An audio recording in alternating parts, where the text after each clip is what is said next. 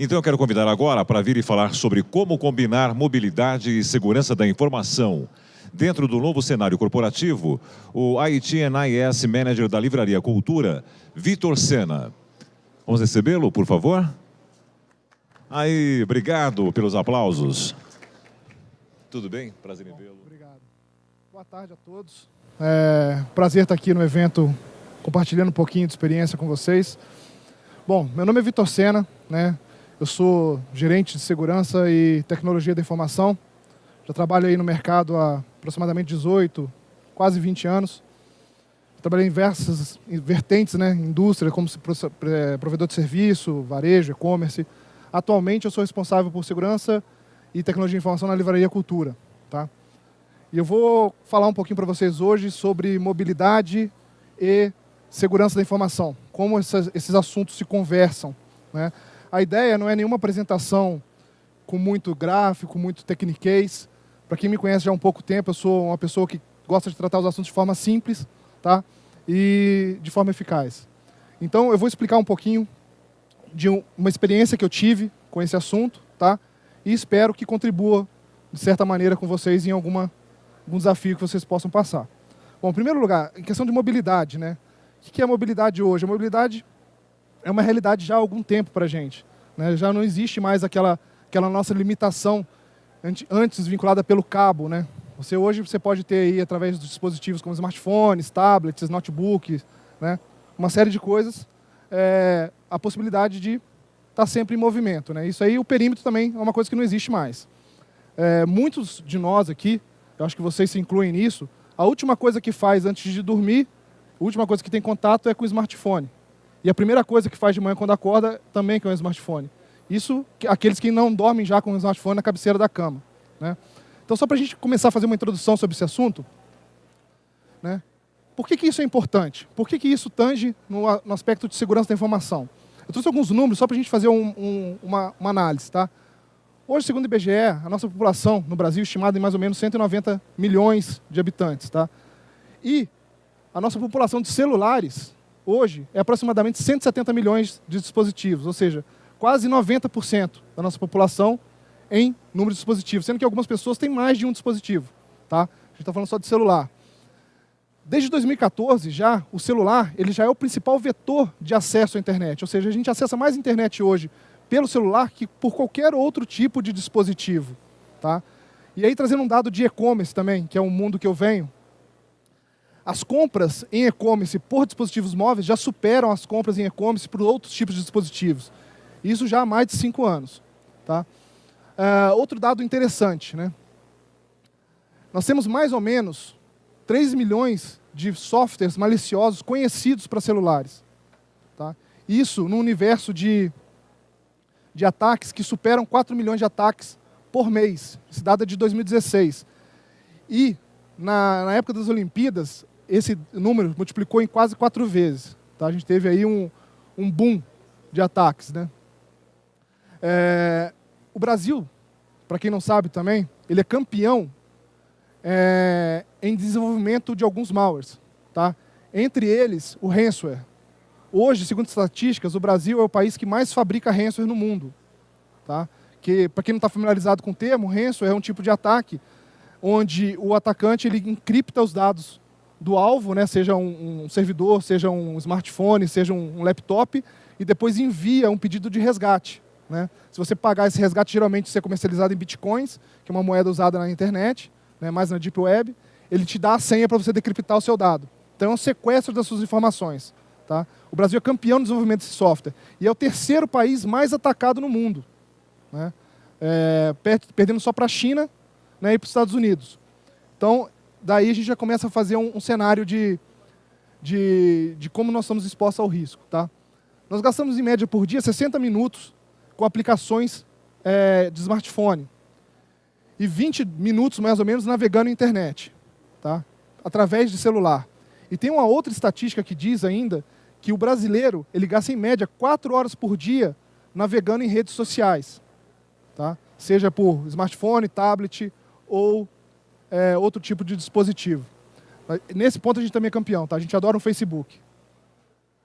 Bom, e dentro desse aspecto também, nós temos uma média aí de quase 50 mil downloads por minuto de aplicações, quer seja na Web Store, na App Store da Apple, né, e na Play Store do Google, né? Sendo que existem mais de 1,5 milhão de aplicativos disponíveis para serem baixados. Tá? Bom, por que eu estou falando isso? Onde que isso faz vínculo lá, né, com o nosso meio corporativo? Onde esses assuntos se combinam? Tá? Então, onde que é usado? Esse tipo de comportamento que a gente tem com ambiente mobile, com móvel, a gente leva para dentro das empresas. Tá? E hoje a gente usa o mesmo dispositivo que a gente usa para navegar na internet, para fazer download de aplicativo bacana, legalzinho, né, da Apple Store. A gente também usa no meio corporativo. Tá? Esse é praticamente uma ação inglória, você tentar falar com o cara assim, olha, você pode vir trabalhar, mas você não traga seu smartphone. Né? E o que se faz com os smartphones hoje dentro das corporações? A gente faz pagamento bancário com certa frequência. Inclusive, as pessoas fazem pagamentos bancários das empresas com o uso do smartphone. Né? Você tem lá toda aquela questão de recebimento de token, né, para completar uma transação bancária. Isso também é utilizado no meio corporativo. Nós utilizamos dispositivos para as ferramentas de vendas ou ferramentas ligadas em PDVs, em caso de varejo, isso é muito comum. Né? Você vê hoje o cara lá da Coca-Cola, ele não vai mais com um bloquinho de nota tirar pedido num cliente. Ele antes levava, né, um dispositivo que nem existe mais, que era o PDA, os dispositivos antigos. Hoje ele leva um smartphone, tira ali o pedido. Toda a parte de logística, de SEDEX, né, FedEx, HML, HSL, toda é feita através de uso de smartphone também. Né? É muito comum, principalmente em e-commerce, visualização de dashboard de venda online pelo dispositivo. Né? O CEO da empresa está toda hora no telefone, está vendendo pouco, está vendendo baixo. Né? O que está acontecendo? A campanha não está dando resultado. Né? São dados extremamente sensíveis. E os próprios aplicativos corporativos que são feitos para usar em ambientes corporativos, como o e-mail, né? Tem alguns casos de RPs e etc. Né? Isso tudo é usado no meio corporativo. Bom, quais são os principais riscos que vocês estão expostos com isso? O primeiro é perda de dados, né? Perda de informação. E aí tem um case que eu vou falar lá na frente, que é um matador no convencimento de um CEO a comprar uma solução, um projeto de segurança para a mobilidade. Tá? Mas muita gente hoje tem lá acesso ao Dropbox, né? Aquilo lá já tem um sincronismo de senha. Uma vez que você está com o celular desbloqueado, o acesso ao Dropbox é instantâneo. Né? Ou quando não guardam. Eu, particularmente, por exemplo, hoje, como um backup da apresentação que eu trouxe uma cópia no meu celular. Né? Então é comum guardar dados no celular. E a capacidade do celular também hoje é impressionante. Né? Alguns, não sei, acho que a maioria aqui não é tão velho quanto eu. Né? O primeiro computador que eu tinha, que eu tive, na verdade, quando comecei com TI, lá em 1991, 2, né, perto de um celular hoje, ele deve ser 1/1000º da capacidade que tinha naquela época, que a gente tem hoje na palma da nossa mão. Né. Apesar disso, menos de 20% dos usuários usam qualquer tipo de proteção. Tá? E quando eu falo qualquer tipo mesmo. Né. Alguns anos atrás, a Apple e o Android também começaram a fazer o enforcement, né? A partir do momento que você instala um e-mail, alguma coisa, de você colocar a senha, né? Lá os 4 dígitos, ou a combinação de movimento, né? Para você desbloquear, ou agora o touch. Né?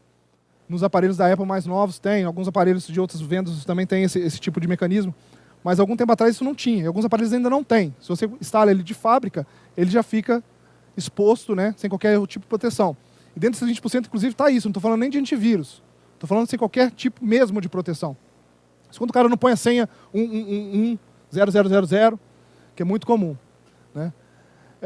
Você também corre o risco do seu celular ser perdido ou ter ele roubado. E tudo isso que a gente está falando acima vai junto.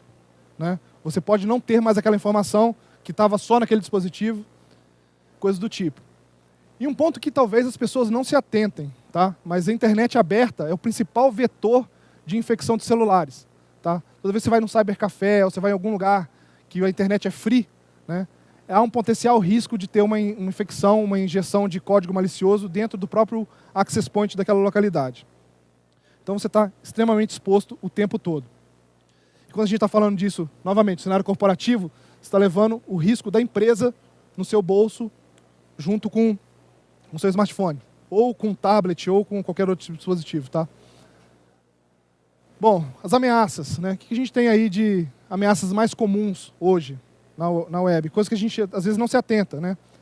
Às vezes a gente recebe um SMS, né, falando assim, olha, você foi sorteado pela nossa empresa e ganhou 250 mil reais, né? Clique no link e confirme sua identidade, alguma coisa assim. Ou então, fulano de tal, seu nome está comprometido nos nossos controles de crédito, por favor, ligue no número tal ou clique no link para regularizar a sua situação. Esse é o famoso smishing, tá?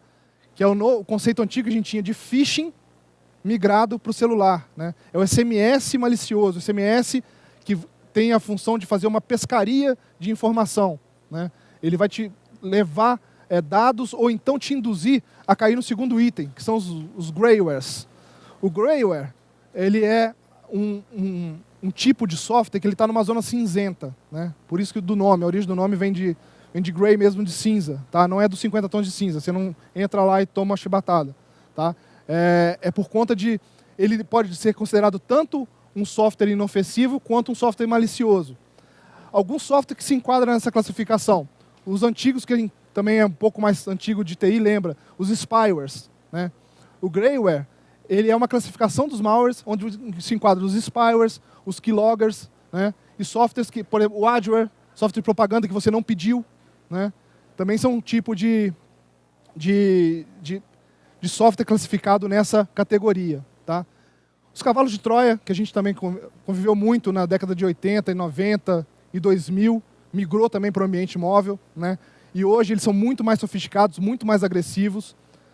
E as técnicas de implantação são muito sofisticadas. A gente pensa que a gente sabe de tudo, que a gente é capaz de prever um tipo de comportamento. Vou pegar um parênteses aqui para contar um caso que aconteceu comigo em uma outra empresa que eu trabalhei, no e-commerce, né?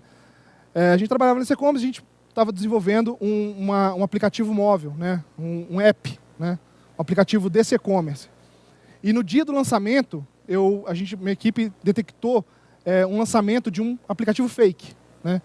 A pessoa se aproveitou da campanha de lançamento do app original e lançou um fake na mesma época. Então você clicava, inclusive para buscar pelo nome da empresa, o aplicativo dessa empresa, esse aplicativo malicioso vinha primeiro que o nosso como recomendação, né?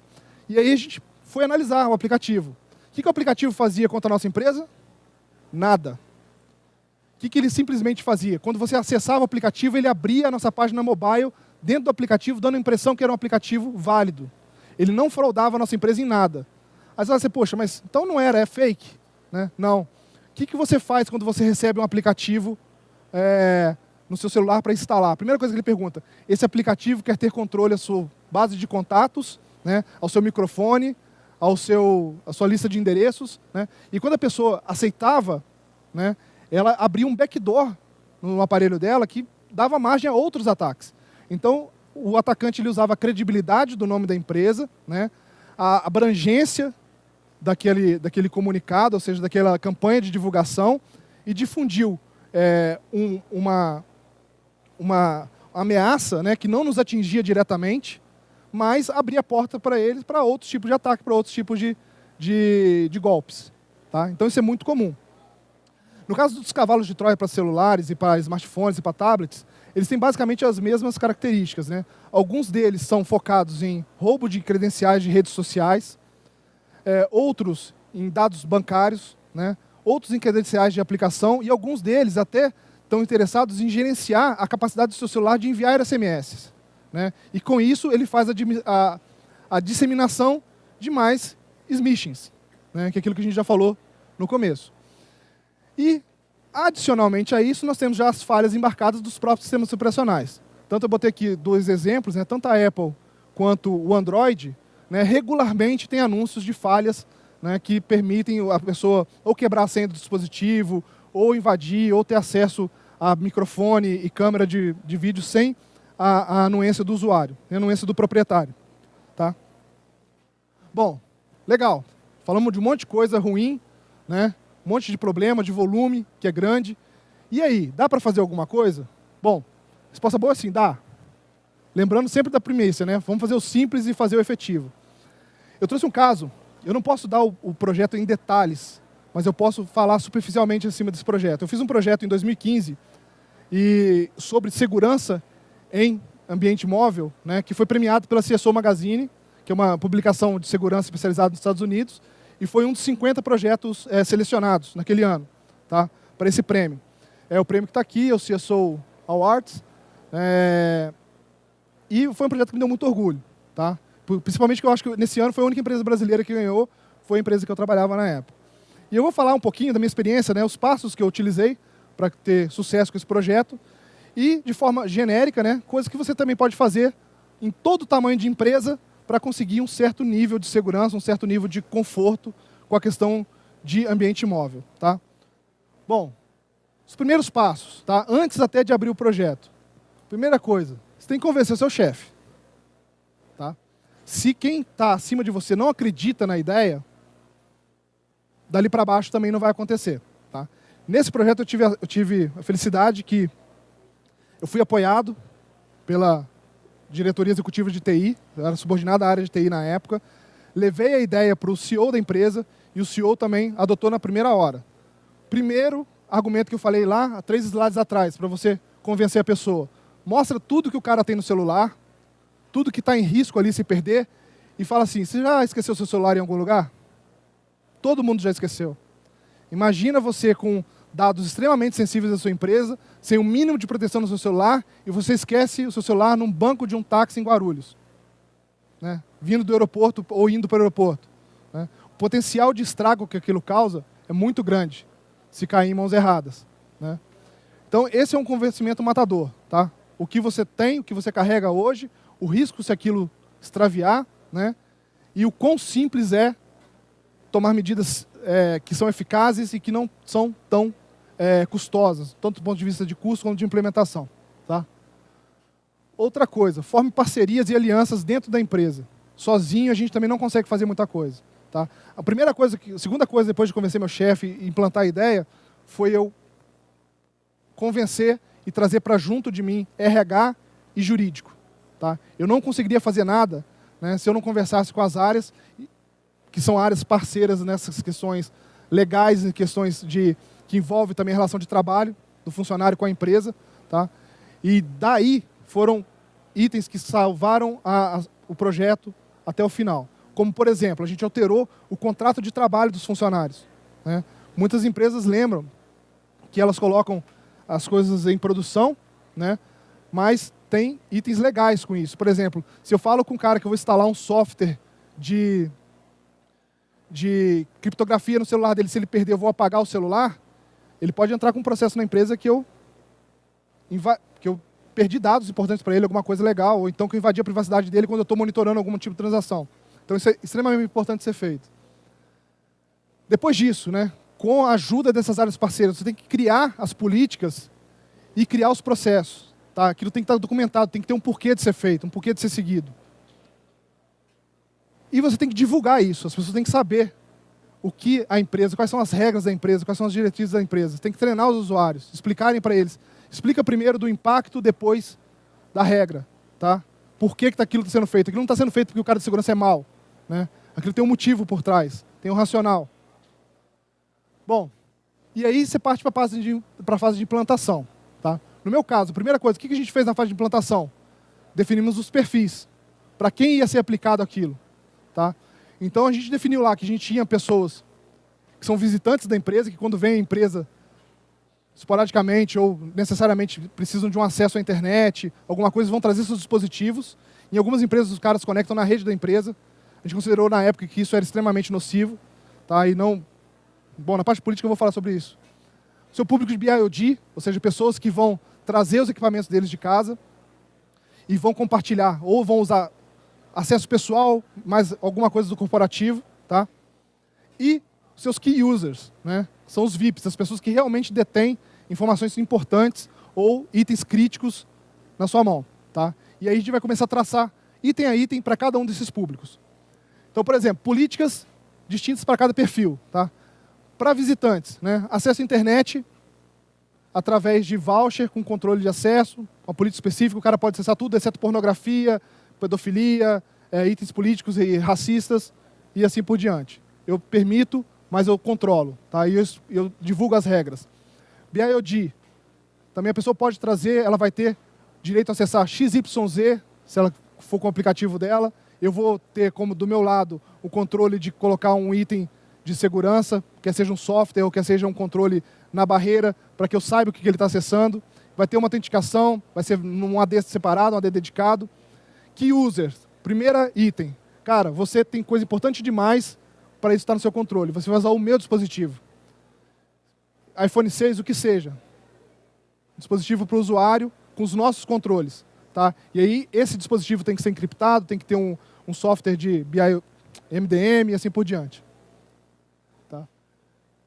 Aí nós partimos para a parte de definição da infraestrutura, que foi onde eu falei.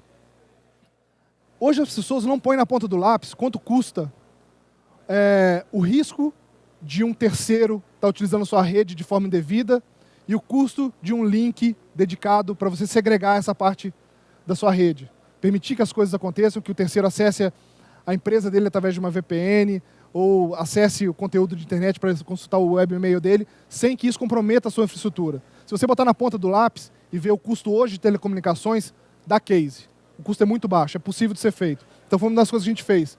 Visitantes, link segregado, não passa na minha infraestrutura. Mesmo assim eu vou controlar. Tem que lembrar, se você proveu o acesso à internet, você é responsável. Se o cara fizer alguma coisa contra a lei usando o seu ambiente de internet, você é responsável. Você tem que prover logs para a justiça, você tem que provar que você teve boa fé de ter controle, de não deixar conteúdos inapropriados acessíveis de forma não controlada e assim por diante. BIOD, o pessoal do público de casa. Bom, conteúdo pessoal, você acessa no link de visitantes, conteúdo corporativo, você também vai acessar no link de visitantes, mas com alguns controles. E aí a gente entrou com o segundo item, que era a definição de ferramentas, implantando uma ferramenta de MDM que containerizava a parte corporativa. Então, todo o acesso feito a conteúdo corporativo nos aparelhos de BIOD, o cara tinha lá, como falei, no contrato dele, um termo de aceitação para utilizar tudo aquilo, sabia que aquele tráfego podia ser monitorado, sabia que ia ser restrito, e ele usava esse item num ambiente segregado. Tá? Se a pessoa fosse desligada da empresa ou se ela perdesse o dispositivo, a empresa automaticamente, remotamente conseguia apagar aquele conteúdo corporativo e tirar o rastro do telefone dela. Para a parte de key user, tá? O controle era muito mais rígido, né?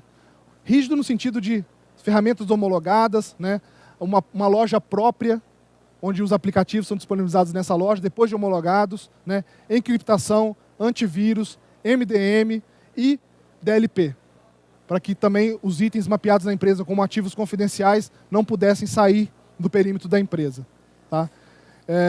Isso tudo também através de políticas e com a aprovação do conselho. Tá? Na parte de ferramentas de gerenciamento também, toda a parte de controle centralizado em TI, e aí vem o próximo passo, o treinamento das áreas de TI. Quando a pessoa, por exemplo, dessa linha de key user recebia um dispositivo móvel, ela recebia um cartão e um adesivo, forma de divulgação, com o que ela deveria fazer se ela tivesse a desconfiança ou se ela tivesse um evento realmente de perda de um dispositivo. E o Service Desk era treinado para atuar. Tá? Então o cara poderia ligar para uma central ou mandar um e-mail ou alguma coisa que tivesse ao alcance dele naquele momento. O Service Desk tinha todo o processo de fazer o wipe remoto do equipamento, de fazer a recuperação de uma senha de acesso, né?